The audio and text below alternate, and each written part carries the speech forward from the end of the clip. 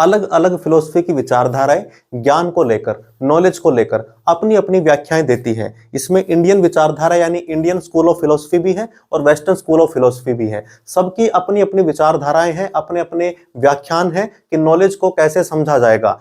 Indian school of philosophy में कुछ ऐसे स्कूल है फिलोसफी के जो बोलते हैं कि नॉलेज वही वैलिड है जो आपने डायरेक्ट परसेप्शन के जरिए लिया हो, यानी आपका अपना सेंसेस का एक्सपीरियंस हो। दूसरा, कोई विचारधारा बोलती है कि नहीं, इस नॉलेज के बजाय जो इंट्यूशनल नॉलेज है, जो आपको स्वाभाविक तौर पर जो नॉलेज हुआ है, वो वैलिड है। दूसरी तरफ कोई विचारधारा वेस्टर्न की बोलती है कि जो नेचर की तरफ से नॉलेज आया है वही सबसे ज्यादा प्योर नॉलेज है। कोई विचारधारा बोलती है कि जो आपने गुरुओं के जरिए बैठ के, गुरुओं के द्वारा, किसी अथॉरिटी के द्वारा जो नॉलेज लिया है वही नॉलेज आपका परफेक्ट है, उसी के बिहाफ पर आप कोई डिसीजन ले सकते हैं। तो ऐसे ही अलग अलग विचारधाराओं को आज समझते हैं कि फिलोसफिकल बेसिक्स क्या है नॉलेज के, इंडियन और वेस्टर्न। इस टॉपिक को हम डिटेल में डिस्कस करते हैं। चलिए चलते हैं कंप्यूटर स्क्रीन पर और इसको डिटेल में समझते हैं।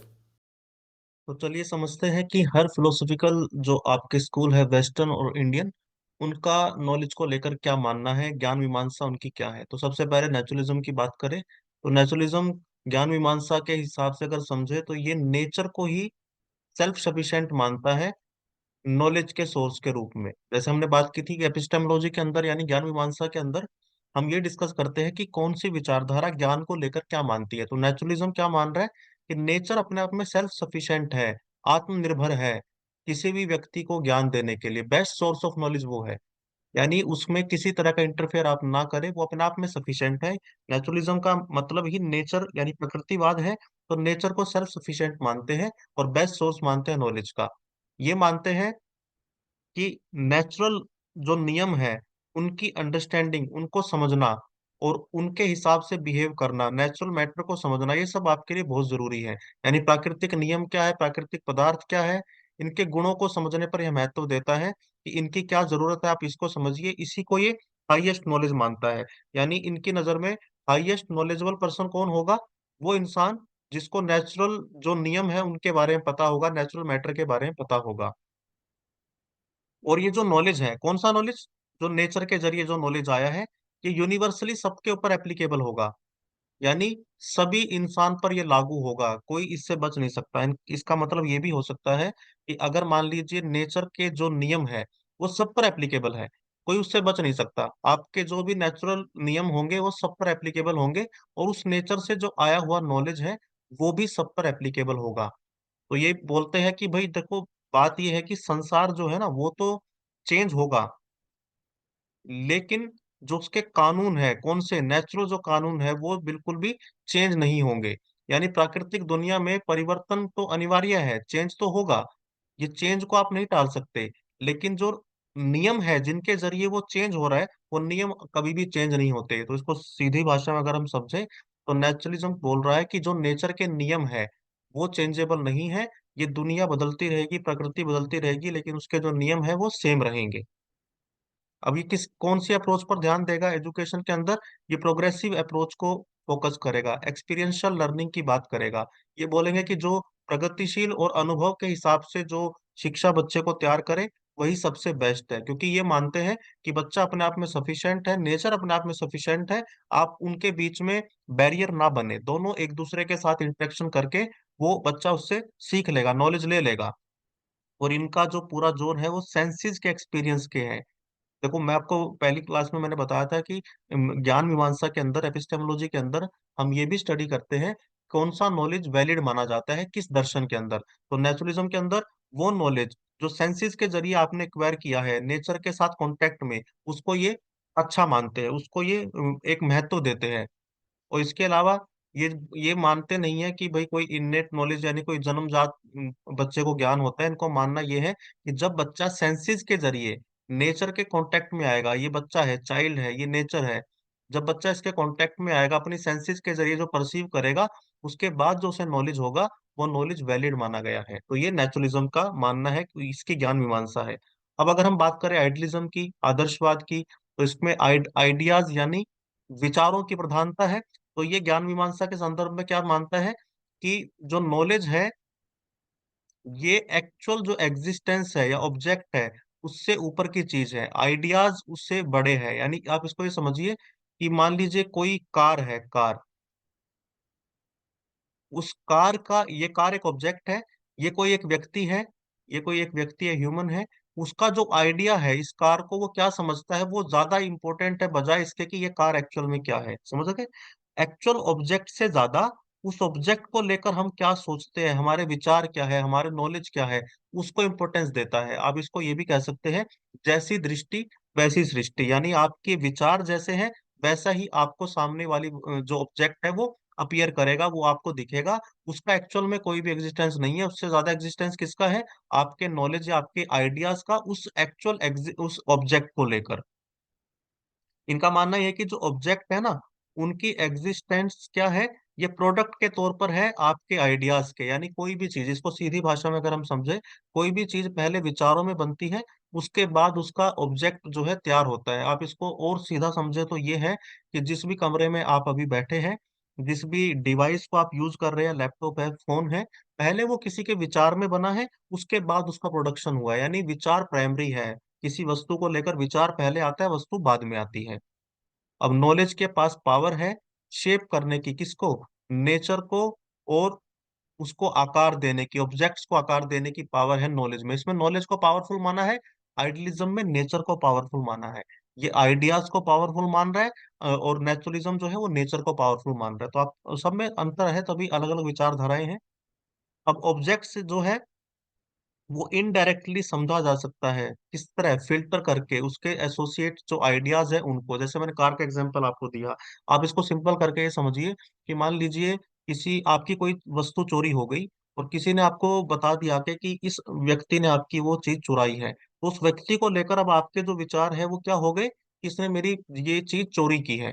अब आपको उसकी हर एक्टिविटी, उसका हर बिहेवियर ऐसा ही लगेगा जैसे कि वो एक चोर है, जबकि एक्चुअल में हो सकता है उसने चोरी नहीं की, लेकिन आपने वो परसेप्शन बना ली उसके लिए, आपने विचार बना लिया। तो उस विचार से उस ऑब्जेक्ट यानी उस व्यक्ति को लेकर आपकी जो सारी चीजें हैं वो बदल गई। तो यहाँ पर ये क्या मान रहे हैं कि सब्जेक्टिविटी, आपके जो अपने विचार है उनसे सारी चीजें जो है वो चेंज हो जाती है। उन्हीं आइडियाज के जरिए जो है आप नॉलेज को समझ सकते हैं। अब इसका एक एग्जांपल इन्होंने दिया है क्या, कि आप अगर आइडियाज आपके प्रभावित करते हैं आपके लेवल ऑफ नॉलेज उस ऑब्जेक्ट को लेकर। जैसे एग्जांपल के लिए लैपटॉप को एक बच्चा क्या समझेगा, कंप्यूटर गेम समझेगा। दूसरी तरफ कोई अगर प्रोफेशनल है तो उसके लिए वो एक काम का एक टूल है, स्टूडेंट के लिए लर्निंग का टूल है। तो ऑब्जेक्ट एक है, यानी एक वस्तु एक है लैपटॉप, एक बच्चे के लिए वो खिलौना हो गया, एक स्टूडेंट के लिए वो लर्निंग टूल हो गया, और एक प्रोफेशनल के लिए वो अपने सोर्स ऑफ इनकम का टूल हो सकता है। तो ऑब्जेक्ट को लेकर आइडियाज सबके अलग अलग है। तो ये आइडियलिज्म मानता है कि इसी तरह नॉलेज जो है सबका अपना अपना अलग अलग होता है, विचार अलग अलग होता है। अब रियलिज्म क्या है? रियलिज्म इसका अपोजिट है। ये मानता है कि भाई देखो, जो टेंजिबल ऑब्जेक्ट्स है, यानी जो मूर्त वस्तुएं हैं, जो दिखती है, जिनका एग्जिस्टेंस है, वो हम उनको अपने सेंसेस के जरिए परसीव करते हैं और वही सच्चाई है। यानी जो रियलिटी है ना, बस वो सामने है आपके, उसको लेकर विचार का कोई वो नहीं है। बस आपने जो उसको सेंसेस के जरिए परसेप्शन किया, बस वही आपका आपकी रियलिटी है। उसके बाद कुछ नहीं, उससे पहले कुछ नहीं, रियल टाइम में जो हो रहा है उसको ज्यादा महत्व दिया है। ये क्या बोल रहे हैं कि जो ऑब्जेक्ट है और उसका नॉलेज है, ये अलग अलग चीज है। ऑब्जेक्ट अलग है, नॉलेज अलग है। आइडियलिज्म क्या बोल रहा था, कि नॉलेज प्राइमरी है, ऑब्जेक्ट उसका प्रोडक्शन है। ऑब्जेक्ट बाद में आएगा, पहले विचार आएगा। लेकिन ये बोले कि दोनों अलग अलग चीज है। अब हाइड्रिज्म के ही विपरीत ये क्या बोल रहे हैं, उन्होंने नॉलेज को प्रायोरिटी पे रखा था। ये बोलते हैं कि नहीं, एक्चुअल ऑब्जेक्ट जो है वो जरूरी है, वो प्राइमरी पे है। अब इसका कार वाला एग्जांपल वापस देखते हैं। मैंने बोला था आपको कि कार को लेकर आपके विचार जो है, उस विचार से कार का एग्जिस्टेंस है। लेकिन ये बोल रहे हैं कि भाई भाई भले आप इस कार को साइकिल मान लो अपने विचारों में, लेकिन ये रहेगी तो कार ना। इसका एक्चुअल ऑब्जेक्ट में कोई चेंज नहीं आया, आपके विचारों में चेंज आया। अब दूसरे एग्जांपल पर चलते हैं, जिसमें मैंने बताया था कि एक व्यक्ति को लेकर आपकी भावना ये हो गई कि इसने मेरी वस्तु चुराई है। तो आइडियलिज्म बोल रहा था अब आपको वो चोर लगेगा। रियलिज्म बोल रहा है आपको चोर लगने दो, लेकिन वो चोर नहीं है अगर उसने नहीं चुराई तो। उसका एक्चुअल जो वो व्यक्ति है, उसकी जो एक्चुअल रियलिटी है, रियलिज्म, वो रियलिटी चेंज नहीं होगी आपके मानने से। आप मानते रहिए उसको चोर, लेकिन वो जो एक्चुअल में उसकी रियलिटी है वही रहेगी। तो कार आपके मानने से मोबाइल नहीं बन जाएगी, वो कार ही रहेगी। एक्चुअल ऑब्जेक्ट जो है उसकी महत्ता है, वो उसका महत्व है, ना कि उसको लेकर आपका जो विचार है उसका महत्व है। तो दोनों फिलोसफी के स्कूल एक दूसरे के अपोजिट चलते हैं ये। अब आप सोच सकते हैं कौन सा सच है, दोनों को लेकर अपने अपने तर्क है, उस डिटेल में हम नहीं जाएंगे इसमें। अब ये क्या बोलते हैं, स्पेसिफिक जो ऑब्जेक्ट है, किसी विशिष्ट वस्तु के पीछे का सार या विचार स्वयं उस वस्तु से कम महत्वपूर्ण है, यानी लेस इंपॉर्टेंस है उस ऑब्जेक्ट से उसके विचार की, ऑब्जेक्ट ज्यादा जरूरी है। उसके पीछे को आपका विचार क्या है, जैसे मैंने एग्जांपल देकर बताया है, कार को आप मोबाइल समझिए, नहीं मोबाइल बनेगा। आपका विचार जो है सेकेंडरी है, वस्तु का एक्चुअल जो होना, ऑब्जेक्ट का अपने आप में होना जो है वो ज्यादा इंपॉर्टेंस है। अब कुछ इंडियन स्कूल जो फिलोसफी के हैं, मैंने उसको समराइज करके लिखा है, मैं डिटेल वीडियो भी इसकी बाद में बना दूंगा। उसमें मेनली तीन तरह से माना गया है कि नॉलेज हम, यानी ज्ञान मीमांसा में तीन चीजें हैं। पहला तो हम किसी चीज को सुनकर नॉलेज ग्रहण करते हैं, हियरिंग। बहुत सारे दर्शन है जो श्रवण को बहुत महत्व देते हैं। कुछ बोलते हैं मेडिटेशन, यानी मनन के जरिए हम नॉलेज को ग्रहण करते हैं। कुछ बोलते हैं रियलाइजेशन, निध्यासन बोलते हैं इसको। और बहुत सारे बाद के जो फिलोसफी डेवलप हुई, मैंने इस पर पूरी वीडियो बना रखी है कि कैसे बुद्धिज्म, जैनिज्म और आपके बाकी जो फिलोसफी के स्कूल है, वेदांत, ये सब कैसे अलग अलग चीजों को मानते हैं। एक समराइज व्यू में देखे तो कुछ आपके जो इंडियन दर्शन है वो बोल रहे हैं कि डायरेक्ट सेंसेस का एक्सपीरियंस है वो सही है। कोई बोल रहा है कि नहीं, जो आपने सुना है, किससे, हियरिंग किससे, अथॉरिटी से, गुरुओं से जो आपने सुना है वो सही है। शास्त्रों से आपने जो सुना है वो सही है। कुछ बोल रहे हैं कि नहीं, जो आपने खुद के मनन से, मेडिटेशन से जो जाना है वो सही है। कोई बोल रहा है कि जो रियलाइजेशन हुआ है वो सही है। तो अलग अलग विचारधाराएं हैं। तो ये टोटल कुल मिला के आपके फिलोसफिकल जो अलग अलग स्कूल हैं, उनका ज्ञान मीमांसा को लेकर, उन ज्ञान मीमांसा के संदर्भ में, यानी एपिस्टेमोलॉजी के रेफरेंस में, वो क्या क्या मानते हैं कि नॉलेज कैसे लिया जा सकता है। सबने अलग अलग माना है। नेचुरलिज्म बोल रहा है नेचर से लो, आइडियलिज्म बोल रहा है आपके विचार महत्वपूर्ण है, रियलिज्म बोल रहा है ऑब्जेक्ट का सेंसेस के जरिए जो एक्सपीरियंस आपको हो रहा है वही असली नॉलेज है।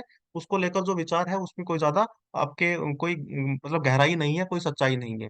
तो ये हमारा आज का टॉपिक था। तो कोई सवाल अगर आपका है तो कमेंट सेक्शन में जरूर पूछिए। नए हैं चैनल पर तो सब्सक्राइब जरूर कर लीजिए। Thank you very much.